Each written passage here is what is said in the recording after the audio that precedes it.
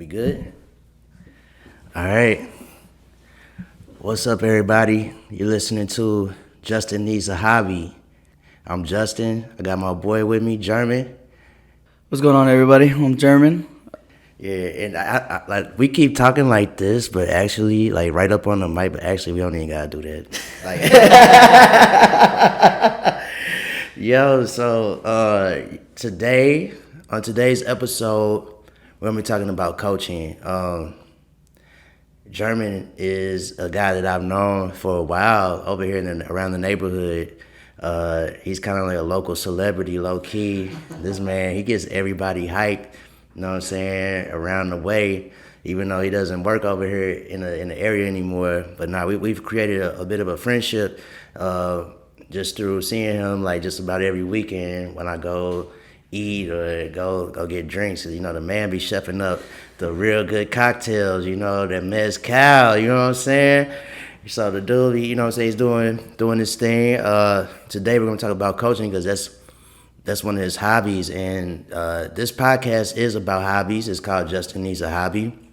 Basically what I'm trying to do is get adults more interested in hobbies again, because I feel like all we do is work. You know what I'm saying? We get into this mode once we become adults where, you know, we feel like, oh, everything has to be about money, and we don't really focus really on trying to do things that's actually enjoyable to us, because we're so focused on money. And then we start having kids, and you know, we focus everything around them, and we don't take time out for ourselves. And you know, depression and mental health is a big thing right now, and I feel like that's low-key something that has been playing a part in this, because like nobody's really out here doing anything for fun anymore and to enjoy life like they should. So I'm just trying to introduce people to different hobbies and stuff, you know what I mean? So and I know just from talking with you, you've been getting into coaching and stuff, so I kind of want to touch on that because I think that's a cool hobby that people might enjoy.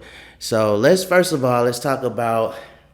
Well, I guess I can get behind you on that part about I guess now generation or us growing up from when I was younger to like now, bro. I guess like society now is just very like antisocial. You know, it's just surrounded by like social media. There's not a lot of human interaction, and I guess honestly that's probably why like depression and anxiety has shot up so far, so much in the past years, bro. It's just that we're hiding behind like screens and TV screens. Like it's not like how we used to be able to just go out, get a little get together.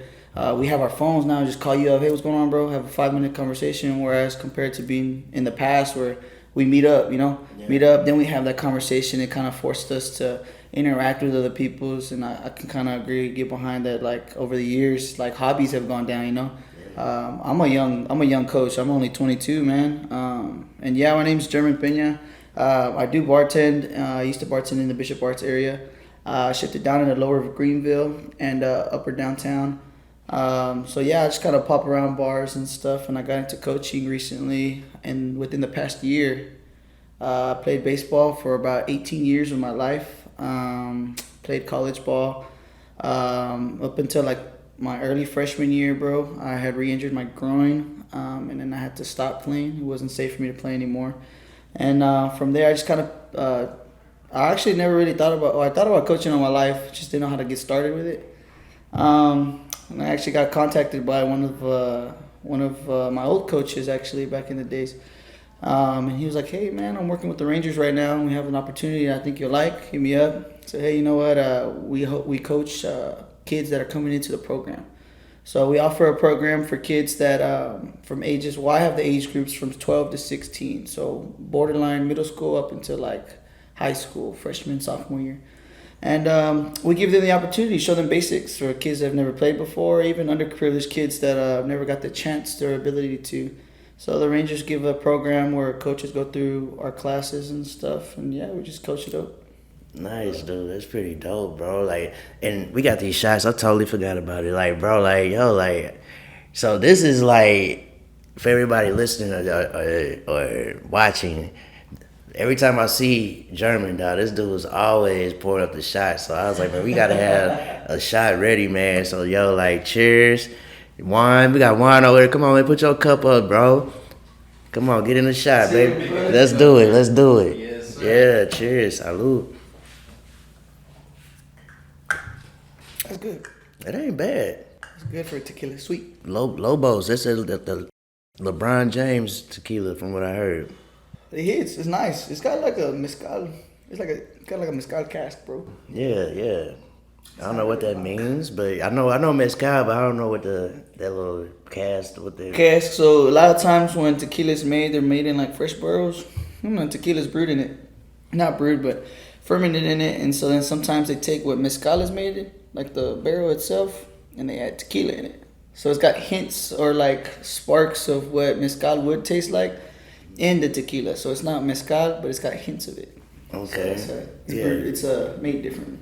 Okay. Getting a little alcohol lesson right here.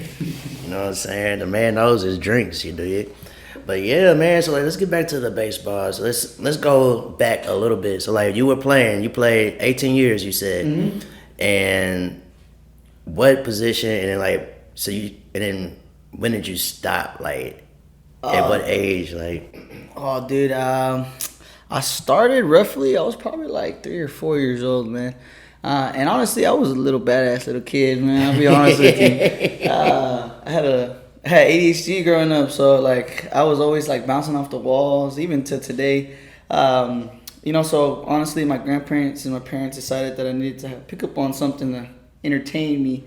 So I tried soccer. Had 2 left feet, so I was like, oh hell. Went to baseball, and I really enjoyed it. I think I remember my first time playing baseball. I was a little kid. I played for a team called the Yankees, and honestly, I think that's where I developed my love for the Yankees. which I wasn't gonna say it, bro. I was gonna wait for the perfect time to say it, but don't ever disrespect me like this again, bro. Like don't, bro. Like really, the Yankees, dog. Yeah, man. Bro. Like so, I'm a Cardinals fan, bro. So like I'm we got the second most championships behind y'all. We've been trying to catch up to y'all, but it's gonna take a while. It's a hard life to follow, you know. Yeah. When you're the greatest, it's hard not to be the greatest. But if we ain't gonna talk about like half of them championships y'all got came while Back in the days, way back in the day, when it was like 5 teams in the whole league. But it is what it they're is. swinging logs. Yeah. But yeah, man, I did that for 18 years, and then I kept playing. Honestly, when I first began to play, I was terrible. I was Same. I went through like a stage where I was like real skinny, and then as I grew older, I got like chunky. I was a fat little kid, bro. You was chunky, Yeah, bro. man, I was a fat little kid, bro. Little kid, big ass bifocals. I used to wear goggles when I played. What? Yeah, and then spiky hair, bro. Bro, we need a picture. Yeah. We should do a picture, dog, with the like on a TikTok or something, bro. Yeah, I'll send it your way. Yeah, bro. It was rough, bro. It was a rough patch in my life that like I had like it was I don't know what I had going on. Yeah, and then I wasn't athletic at all in the beginning. And I had my first coach. His name was Coach Rigo. I actually still talk to him to this day, and he still tells me he goes, man, you're different. Like you've really grown up. Like from when I remember you as a little kid, like you're just a grown man. Plus the tattoos make it, I guess, different. Gives me a different image.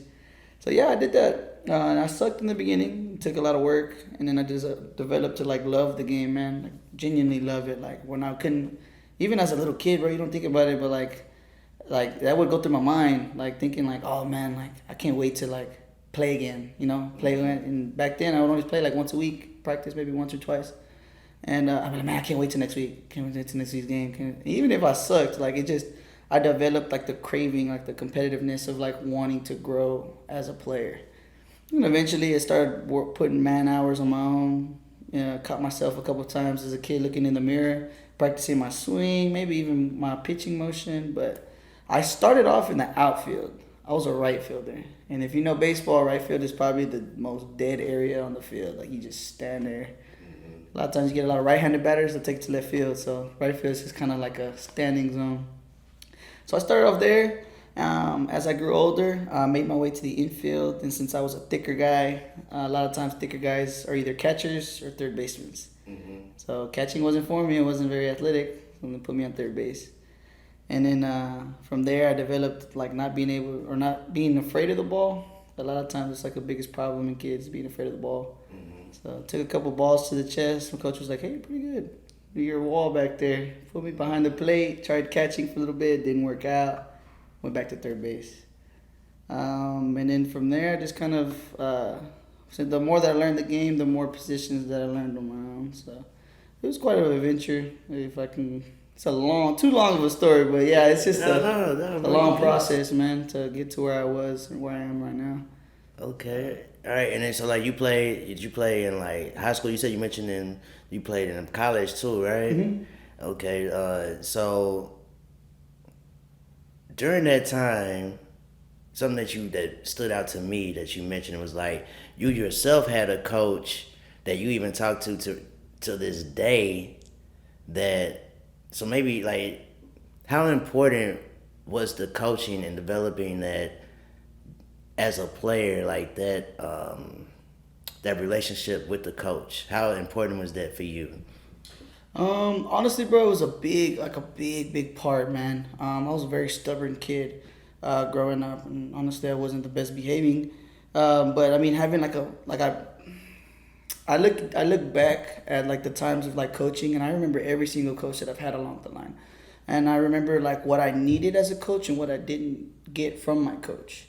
So like I had one coach, and he was just probably like a very stern guy, man. His name's Nate. And I still talk to him too. And he was the first time that he gave me a chance in high school to play outside of high school ball. So it's kind of hard, bro. And I'll be honest with you, like as a Latino player, I'm not the biggest dude on the field. Like I'm 5'9.5" average height for a baseball player, and the MLB is gonna be 6'2". Big dudes, Dominicans, Cubans. It's just all like the baseball's a very diverse game. And for me being a Mexican coming in, it was kind of hard to find my fit on the field, because I'm not I wasn't a big honcho dude. I didn't put on weight till college. So I had to go back to like fundamentals. Fundamentally, I had to be strong. And I had coaches along the way that were pretty stern with me to say, hey, you know what, like you got a big head, snap out of it. Or like, hey, you need to like get back to your roots. There's times where like you would think like a little bitty task would be pointless. Like, oh, why am I doing that for? But then I look back and I'm like, man, if I didn't do that in this game, I would have had like so many more errors or just small mistakes. And so I remember each coach going down the line and even all the way to college. But honestly, in college, you don't really have coaches that'll chew your ass out.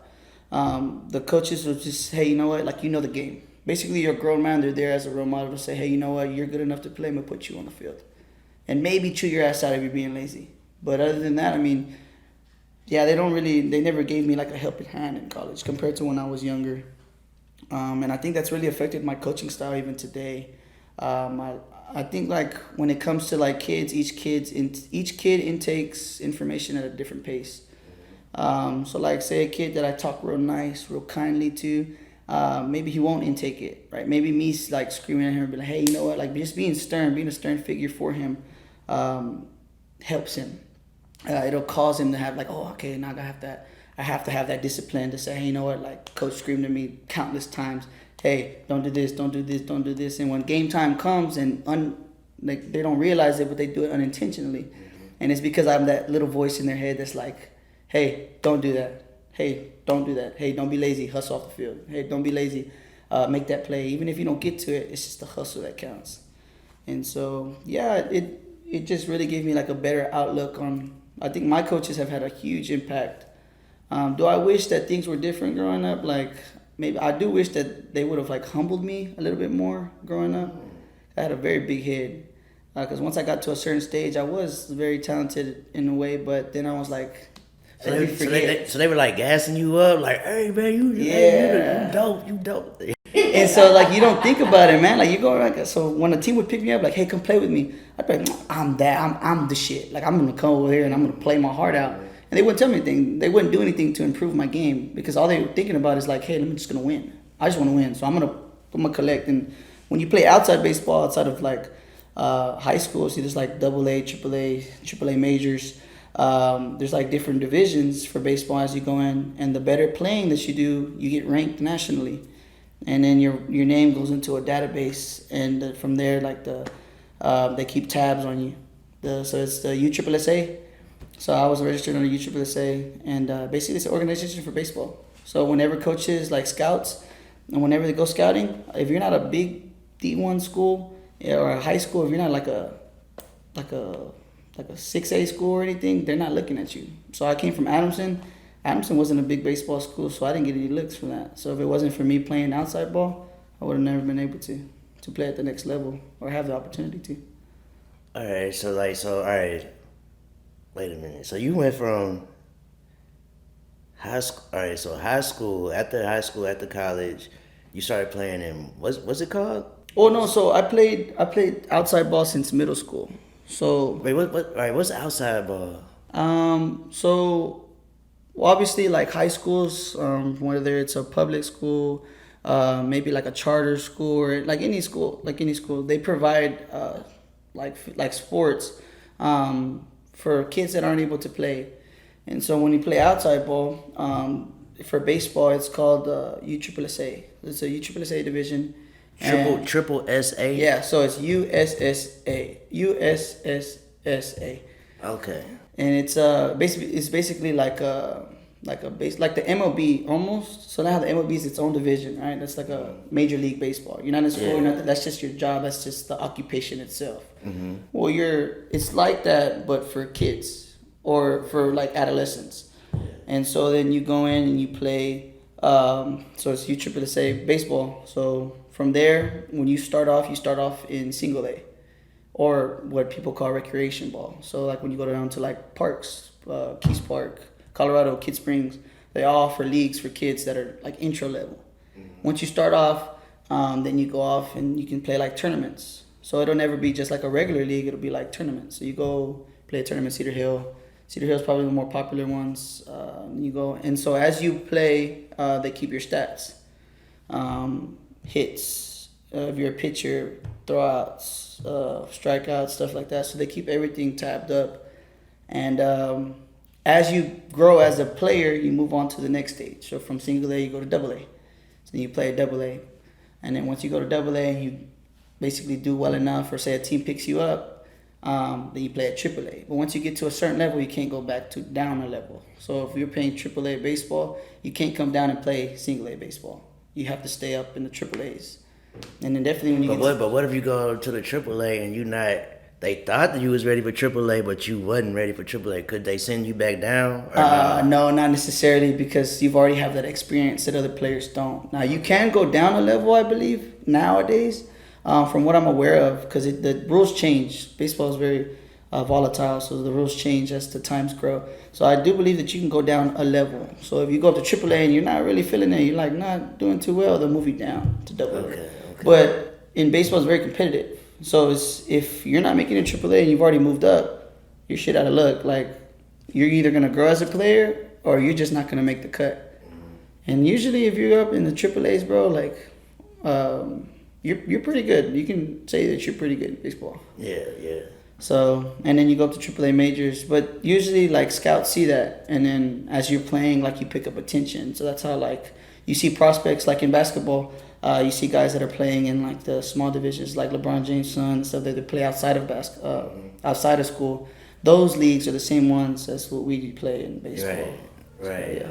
Okay. But a lot of times it takes money. So if you don't have a coach that's gonna front you the money, so like growing up, we didn't have, I wasn't rich, so coaches had to spot me and say, hey, like I got you. I just want you to come play for me. Like I'll pay for you to come play in this tournament, because there's like an entry level. So they paid for me to go play. I go play. Either we win or we lose. It's just kind of like an investment for them. Yeah. Okay. So to get back to the coaching side of things, first of all, what age are you coaching right now? Like, or is it like a huge age range? Or is it just like one team, like I'm coaching like second graders type of thing, or like what? So usually what I do is I coach like an age group. So from 12 to 16. Okay. Oh man, that sounds awful. I ain't gonna lie, bro. Have you had to put your hands on one of them yet, bro?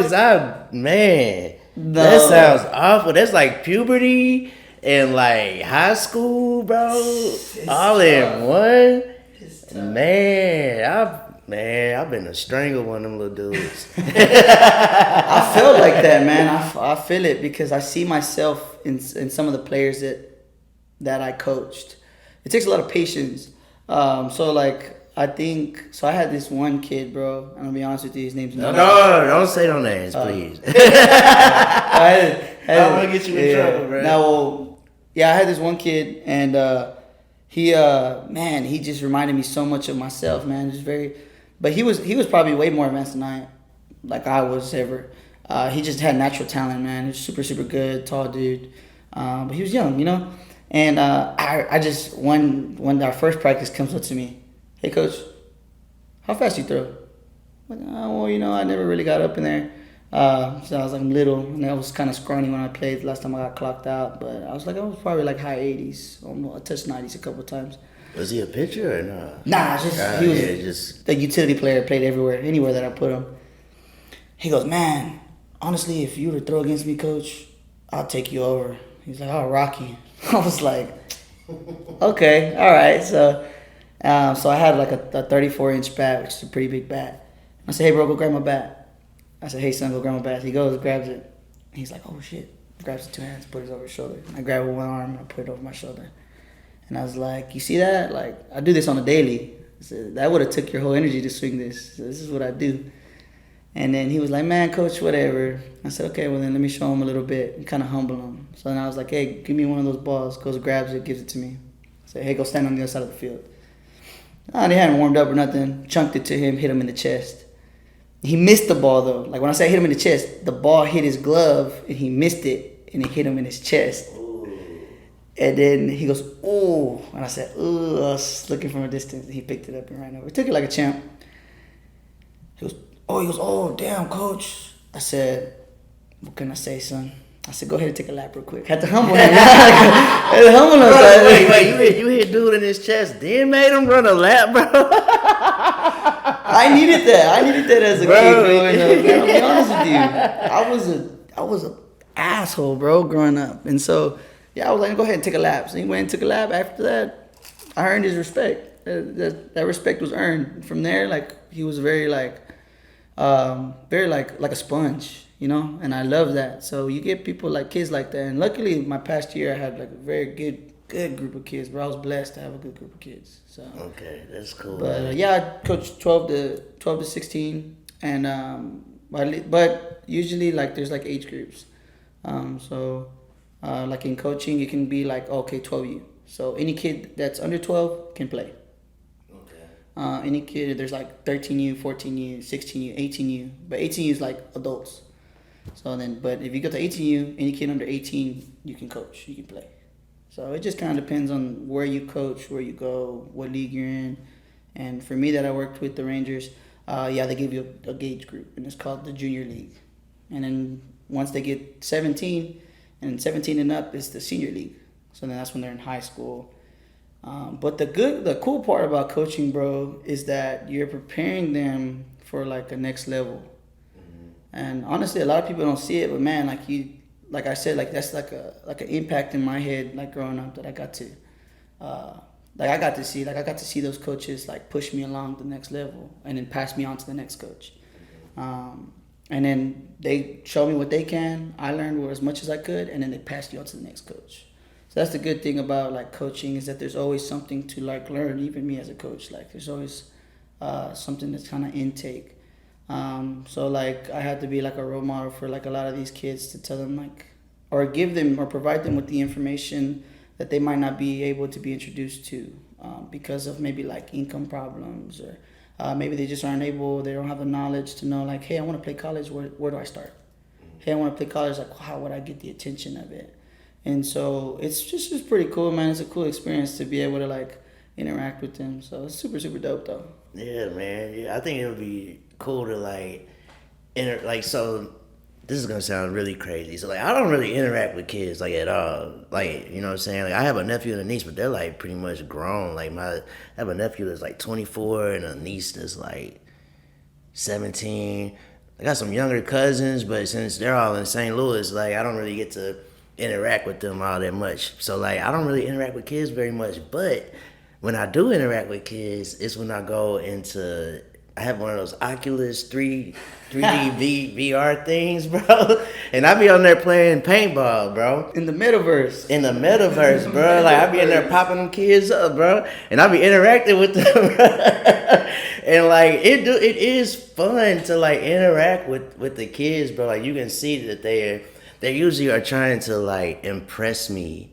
Yeah. You know what I'm saying? They're trying to like impress me and prove to me that they're cool and they can be like mature and stuff like that. So I noticed that, and you know what I mean? Like, so I think that like I could see from like how coaching could be rewarding in a way to like you're kind of like a role model, you know, not kind of, but you are like a role model to these younger people, which is different than interacting with people your own age. Because when we interact with people our own age, like we want to be cool, you know what I'm saying? But it's not like necessarily trying to like impress each other, you know what I'm saying? We're just being ourselves. But like with children, like you know that they are trying to impress, and they're gonna like take in whatever you give to them, you know what I'm saying? So like they're learning from you. So I think that that's like with coaching, that's probably very rewarding. So like, have you experienced so far in coaching? I know you're still very young and you probably haven't been coaching like super long, you know what I mean? But like, what like rewarding things have you gotten out of coaching so far? I gotta say, bro, probably with one of like my weaker side of the kids is like being able to how do I say? I guess when I was at a certain age, I had a certain like knowledge of baseball that I expect the kids to have, and sometimes they won't have it because they've never played baseball before. When I was your age, I had already been playing a couple years. But then I expect you to know that, but then I'm like, okay, gotta take a step back. I had a kid, and he's probably my oldest kid that I had on the team, but he was also my smallest kid. Like, when I say smallest, like he's very tiny, very petite. Never swung a bat before, never thrown a baseball, nothing. Just was like, hey, one day his mom was like, you need to do something, get out the house. Put him in the sport. And so, like I said, I get a lot of kids that have never played before, but he came in and just at the beginning he was kind of like, I don't want. I'm just here because my mom made me. And eventually he kind of like grew to like make friends. Like he made friends with his teammates, which I love, bro. I loved seeing that, man. Seeing him be able to grow. And he would always beat himself up really badly because he wasn't able to hit a baseball. Never. Like in the game, he just was always like striking out. Or I think he got hit with a baseball one time, and he's so little, I felt like he was gonna fall apart. Our last game, we were in our tournament, and I wasn't really gonna put him in not because I didn't believe in what he could do, but kind of like it's just you're in the clutch, like you want to make it to the next level. Like the whole season has added up to this, and the kids that have worked hard enough to be able to play or perform should play and perform.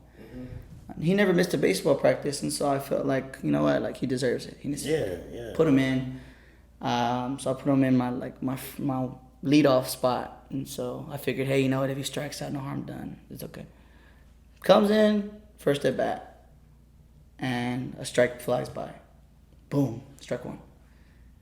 He falls back, and he's a big bat. I'm like, oh man. Goes back in, boom, strike two. I'm like, okay, worst case scenario, he's going to strike out. I had already thought this in my head. The pitch comes down. The kid throws a curveball, and he sees it out of his hand. And I can see that he sees it because he starts to open up. He starts to open up because he sees that it's going to come to him, but it's going to break inside. He opens up, takes a swing, hits the ball. Hits the ball down third base line. And then he didn't realize it, but like he stood there. Because he had never hit a ball. So he didn't know, like, what to do. So I'm screaming at top of my lungs, run! What are you doing? Run! Run! So then he goes, oh, drops the bat, takes his helmet off. I said, no, put your helmet back. He starts running. I'm like, oh, man, oh, my gosh. Gets to first base and just stops running. And I'm like, Nicholas, run! And it just doesn't. He was like just not. It was just wasn't running in his head. Like he's. I guess he was just so like dumbfounded. Like, man, I hit a ball. What just happened? Man, and then I was like, you know what, just stay there. Like, it's cool. Don't worry about it. Like, I couldn't even be mad at him. I'm like, man, and I was so happy. I was like, man, he finally hit a ball. Like, this is what it feels like. I feel like a proud dad. Like, man, this is great. Like, we worked 5 months. 5 months it took him to hit a ball, and he finally did it in a game, and it was just so rewarding, man, to see the smile on his face. His teammates were on the wall just banging, like, ooh, yeah. And I'm like, yeah, man, like enjoy it. Like I encourage athletics. I encourage like being able to like enjoy it, man, and just seeing the smile on his face. That was reward enough. We ended up losing that game, but I mean, hey, he came up the next at bat and he tipped one off, struck out though. And then the next at bat he came up, struck out. But I mean, hey, that one at bat is right here. Like he's gonna remember that for the rest of his life. Exactly, man. It's probably like, when he looks back on it, it's probably gonna be one of those things where, like, man, he had somebody that believed in him. You know what I'm saying? And he also has learned the importance of showing up. Like you said, like he came to every single practice, and he learned something. He implemented something that he learned from practice, like opening up for that curveball, and he was able to hit the ball and get on base and stuff. So he's learning so much about life, you know. So that like all of that, everything you said, I think that was a beautiful story, bro. Like everything about that is like exactly why I think coaching would be something dope for people to do. You know what I mean? We should do a shot for the boy. For the boy. We should do a shot for the boy. What's up, Juan?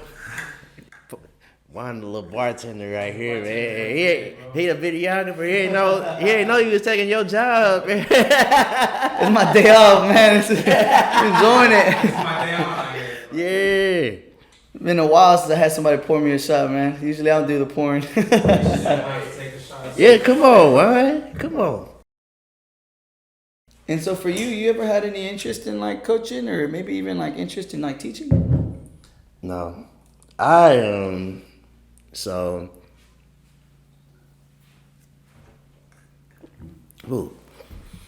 for me, man, like,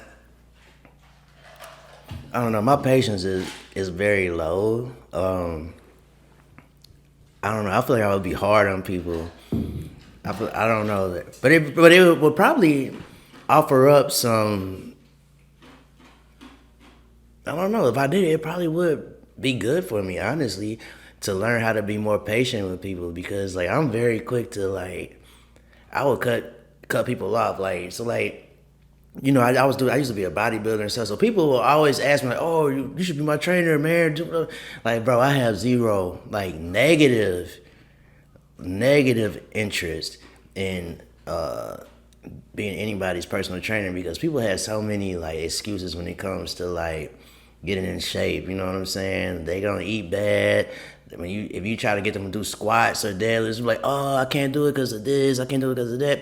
And I wouldn't want to hear that, you know what I'm saying? So like, I already know how people are, so I just wouldn't want to do it. I feel like you have to have a certain type of personality and be a certain type of person to like really be a coach or to be like a personal trainer or something like that, man. Like, I have a ton of respect for people who can do that, like people like yourself, man. I think it's dope. I think it's very important. We need people like you, but sometimes you just gotta know your lane. You know what I'm saying? And like, for me, that's probably just not my lane, because I probably just give up on people, man. I can respect that, but I think that's like a mindset that I think like, man, majority of like a generation has nowadays, man. It's like, being a coach, you're gonna play to your strengths. Like, you're an adult. Like, you're an adult enough to like, now it's your time to show the younger generation your failures, your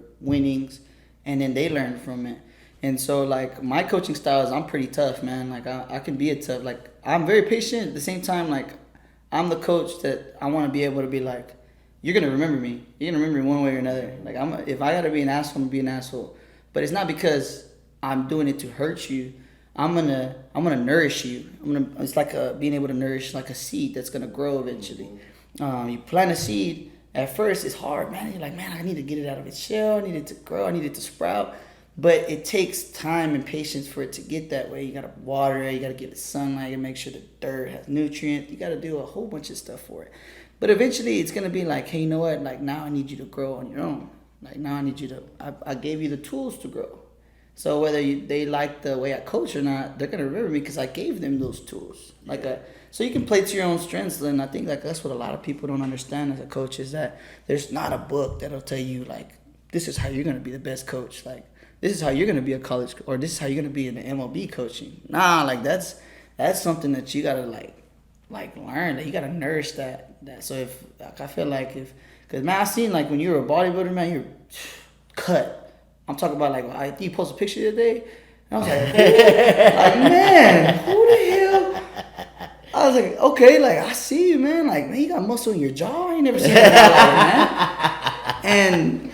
And like I'm like man, like and I thought about it. I was like sometimes like man, I wonder if like he'd be interested in like man, because I'm not. But it's just kind of like learning, you know. And then as you learn, like I think what I've taken in from being a coach is. Has made me like a better man, bro. Like being able to, especially with kids. That's good, yeah. Kids need it, man. Yeah, dog, I remember all my coaches, dude. Like growing up, 'cause I played baseball when I was younger, and then I also played basketball growing up. But like, yeah, like I remember all my coaches, man. And it's one of those like. They always leave like an impression on you, you know what I'm saying? Like you learn something from each one of them, whether they were good or bad, you know what I'm saying? But I remember all my coaches. I think honestly, I think in high school is when I made like a lot of like memorable coaches that I even like or like teachers, and that's when I tell you like you got to play to like your own strengths, or like to the strengths of like that kid. In high school, I was very stubborn, bro. Like, very stubborn. Like especially like when I played football, I had a coach. His name was Joshua Glitz, man. And I promise you, like I owe everything to that man, bro. Like he pushed me. Shout out to Joshua Glitz. Yeah, Is that his name? Shout out Joshua Glitz, bro. For real, man. Honestly, like he really like made me like into a man that I am today, man. Cause like I grew up like having trouble learning. He was my English teacher. Grew up trouble learning, like being able to read, bro. Like reading hard for me, man, even to today. And he would do this thing. He would do this thing that like he would purposely doubt me because he knew that I did not like to be doubted, and he found that out early on coaching me, and he always used that to his strengths as a coach. And so playing football or like even in the classroom, if I couldn't do something, he'd be like, "Yeah, I know you weren't gonna be able to do it." And in my head, I'm like.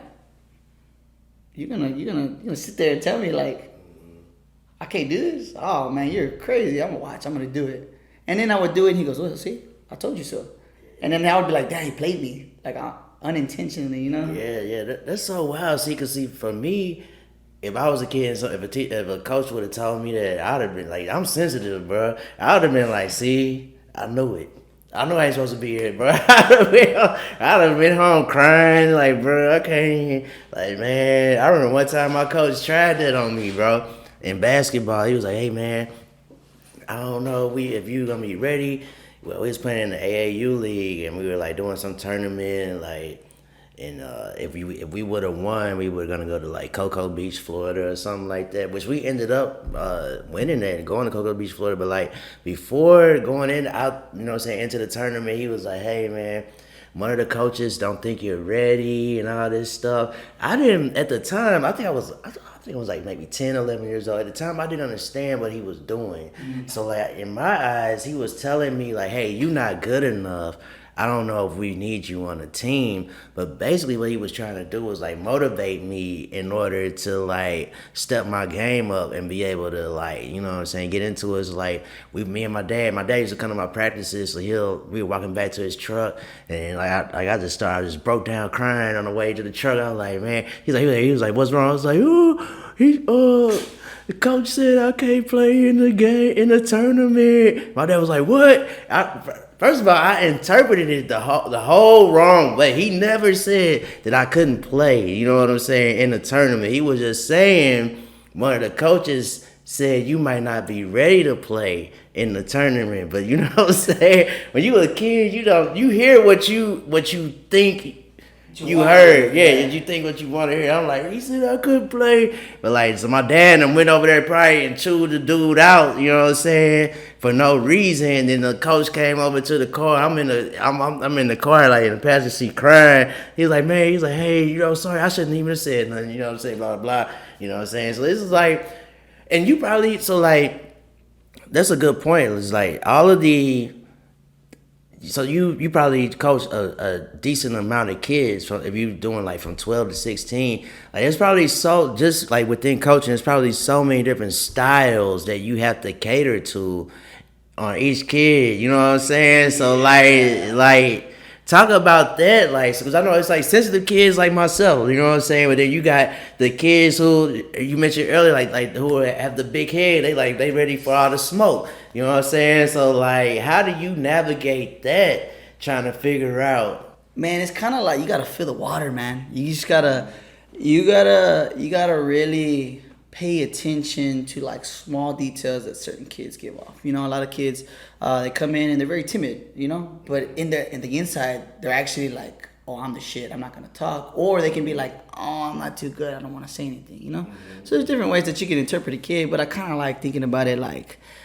I like thinking about it like how you would treat a female. I'm gonna be honest with you, man. I'm gonna be honest with you. I'm 100%. I'm gonna look in the camera while I say this, man. I'm interested in what he's gonna say. Let me tell you this. Look, there's some females that you just gotta be sweet with. You know, like you just gotta baby, and they like to be baby. They like to, you know what I'm saying? Like so you got. But sometimes you just gotta kind of like baby them.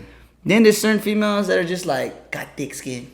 Straight dicks, like you could take a nail, put it to the skin, it won't penetrate, you know, thick skin. So then sometimes you gotta be a little tougher. Maybe they like tougher, you know. So then you cater to it, you know. And it's the same thing with kids, man. You just gotta pick up with like certain little giveaways that maybe it's like the best of both worlds, right? So there's a kid, so you take a kid that's like very timid, very like, oh no, I don't want to talk. You gotta open him up. You gotta introduce him to like other kids. Say, hey, you know what? Like, come practice with these kids. Pair them. The compatibility, man. Pair them with a kid that's a little bit more outspoken. So it brings that side out of them. Yeah. But if I'm doing like independent training or something, like then you gotta cater to like them individually, and say like I can't. Like for instance, like my first story with the first kid, I talked a lot of mess to him, but it motivated him. Right? I'd be like, come on, hot shot, like you gonna strike it like that? If I were you, I wouldn't do that. I mean, that's me when I was your age, you know. But I guess you're not me. I'm that guy, you know, or certain stuff like that. And he'd be like, oh, hell no, you know. Yeah. But then compared to like one of the more timid kids that I had to like kind of like nourish like very carefully to say like I don't want to break his confidence.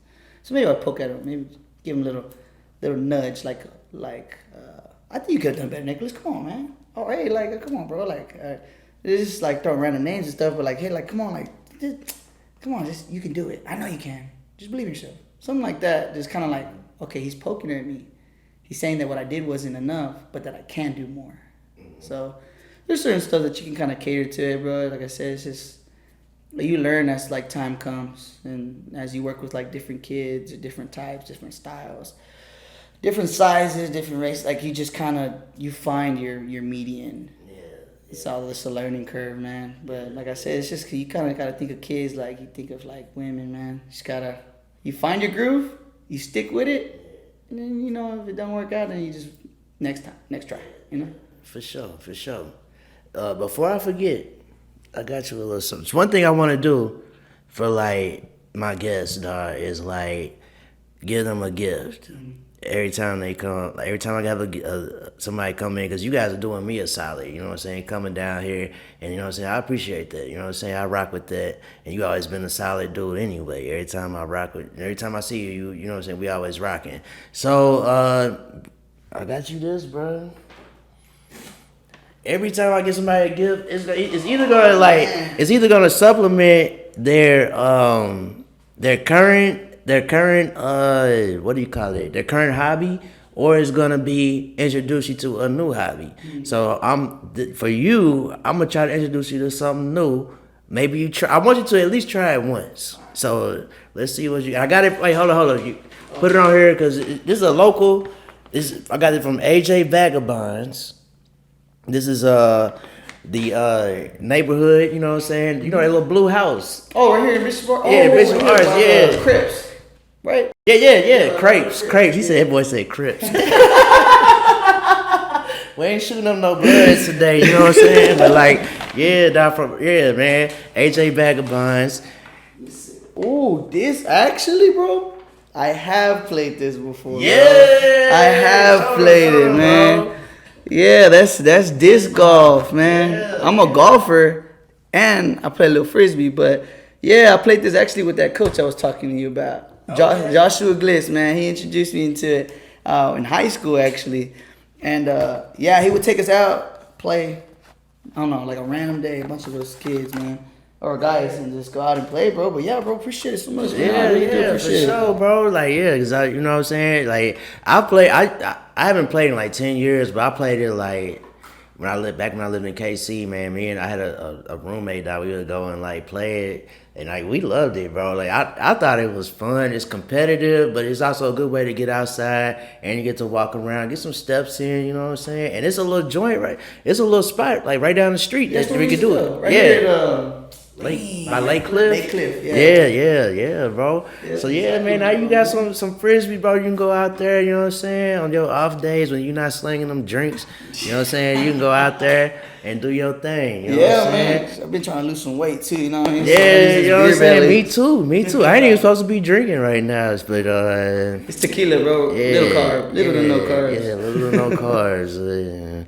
I don't know, bro, but yeah, bro, and like honestly, bro, like I really appreciate you coming through, bro. Like, you know what I'm saying, talking about coaching and everything. Another thing I want all my guests to do is to, you know what I'm saying, give an elevator pitch about their hobby, because there's probably somebody that's listening right now who you may have opened their mind to coaching and they just need that extra push to be like, you know what, I'm gonna coach my son or daughter's, you know, gymnastics team or whatever it is, you know what I'm saying? What, in 60 seconds or less, or around 60 seconds, like pep talk them and sell them on coaching, bro. Okay, yeah, I can do that actually. So honestly, I think it's just kind of like a get it and go kind of moment. I think if I would have thought about it a little bit more or in depth about coaching, I probably wouldn't have done it myself, just because it's scary, man. You're developing, or you're teaching kids to do something that they've never done before, or never learned before. But honestly, I think that now that I have my foot in the door, man, I love doing it. And I can't see myself doing anything else outside of it. If you have a love for something, not just baseball, man, but basketball, football, frisbee, golf, if it's not even a sport, maybe you like debate or stuff like that, man. It doesn't even have to be like little kids, but just kind of like, I think I've grown as a man to be able to be more patient and more open to a lot of ideas because of what I've learned so far down the way. And honestly, like, I love hearing from different coaches, different coaching styles, and it just honestly, like, it'll help me grow one day as a dad. And I look back and I think that what I needed from my coaches as a kid, I can now give to kids that, like, I hope that they'll grab and they'll hold for the rest of their lives. And so if you have like a doubt, or if you have like maybe like a question or something, man, I always tell you, like, man, just hit me up, man. Like, I answer any questions or any doubts, or even if you're just like in the moment, just like, man, how do I get started? Just put yourself out there, and I promise you, like, it's not a regret. It might be a little stressful. Like I said, kids are pretty stressful, but once you get past that, man, sky's the limit. And man, maybe one day they'll come back, and maybe they'll be in the MLB. Maybe they'll be in NFL, NBA, the WNBA, or wherever, man. I promise you, like, it's always like a good pat on the back to say, like, you had a hand in growing with them as kids. So 100% say, hey, do it. No matter if you're too tough, you're too soft, you'll find your median. I can guarantee it.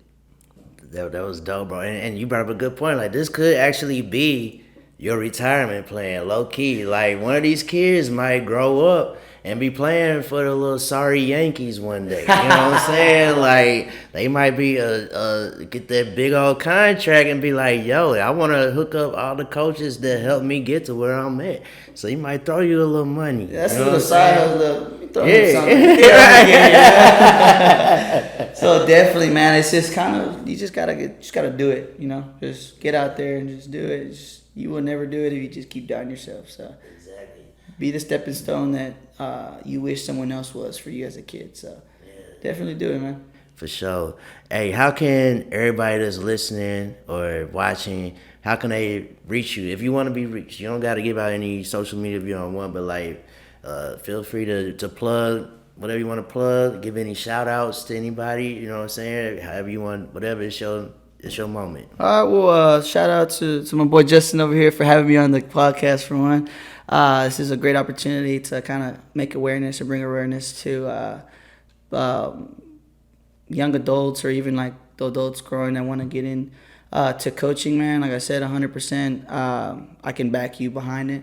If you do want to reach me, I do social. I platform a lot through Instagram, German the Savage. So if y'all want to reach out to me, you can. Spell it, bro. GERMAN and then the THE and Savage, SAVAGE. So German the Savage all together. And yeah, man, a lot of times that's where I platform through. I do have a Twitter and a Snapchat, but I mean, that's just on more personal accounts. But yeah, I do a lot of it through like Instagram and stuff. You know, I don't want to put my Twitter out there and you see me post something out of pocket. You're like, is that you, coach? Yeah. So definitely. And then shout out to my moms and my pops, man, for actually bringing me and being able to help me to be the man that I am today. Coach Glitz, man, thank you for all the motivation that you've given me throughout the years. You've been like a second dad. And then also, like, shout out to all the people that have made it here with me, man. And I hope one day that you catch me as an old man retired with one of my kids playing for the Yankees. So, well, yeah, or the man. Cardinals. But I appreciate the opportunity again, man. It's so fun. Enjoyed being on the podcast with you. Yeah, man. bro. And you mentioned earlier that you at one point was thinking about doing a podcast. Like, bro, I think you got it, bro. Bro, you are like so easy to talk to, bro. And you really like just super like entertaining, super like you got a good vibe, bro. It might be something that you might want to explore. You know what I'm saying? Yeah, so appreciate it. Damn, that's good motivation right there. So maybe I do some looking into it. Actually, this was very fun. It's nice to have a conversation about stuff. So especially with like hobbies coming up, man. So honestly, I think if you should take some inquiries about maybe some hobbies that you want to shoot towards Justin's way, maybe get on the podcast going, you know. So. Hey man, well, yo, thanks for coming through, bro. Yeah, appreciate it's it. always a pleasure, baby.